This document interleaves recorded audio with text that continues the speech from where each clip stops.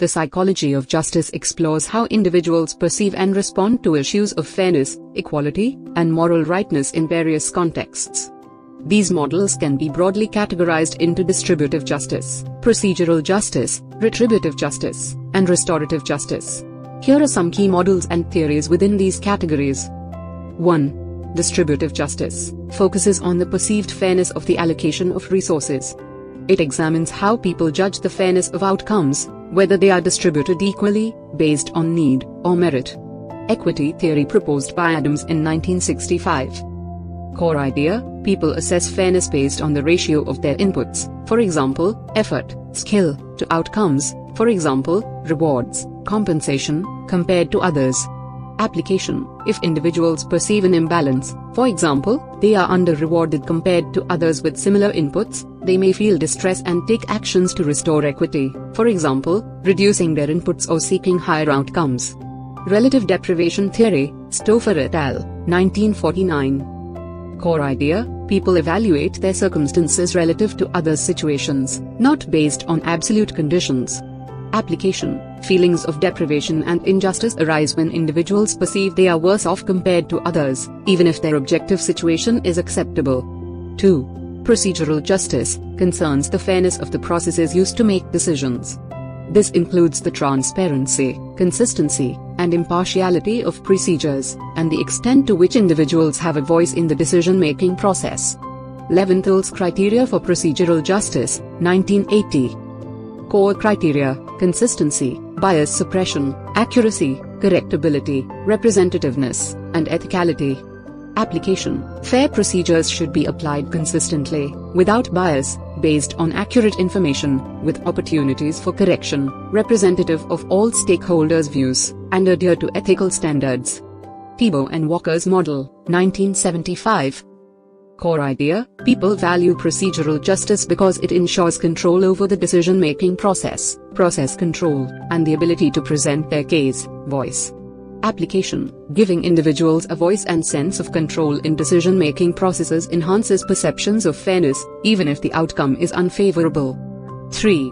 Retributive justice relates to the fairness of punishment and how individuals perceive and respond to the punishment of wrongdoers. It includes concepts like proportionality, the punishment fitting the crime, and the intent behind the punishment. Just deserts theory. Core idea: punishment should be proportional to the offense, focusing on giving offenders what they deserve based on the severity of their crimes. Application: the criminal justice system should ensure that punishments are commensurate with the nature and gravity of the offense to maintain moral order and societal balance. Deterrence theory. Core idea: punishment should prevent future crimes by deterring the offender, specific deterrence, and others, general deterrence, from committing similar acts. Application: effective deterrence requires that punishment is certain, swift, and appropriately severe to discourage criminal behavior. 4. Restorative justice emphasizes repairing the harm caused by criminal behavior through reconciliation with victims and the community. Core idea focuses on repairing harm caused by criminal behavior through involving victims, offenders, and the community in the justice process. Application: practices such as victim-offender mediation, restitution, and community service aim to address the needs of victims, hold offenders accountable in a constructive way, and reintegrate them into society. Integrative models. Group value model, Lid and Tyler, 1988.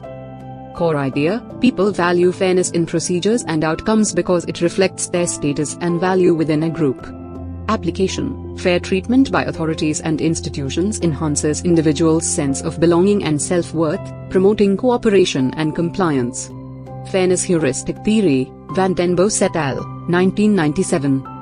Core idea: in uncertain situations, people use fairness as a heuristic, mental shortcut, to make sense of and evaluate outcomes and processes.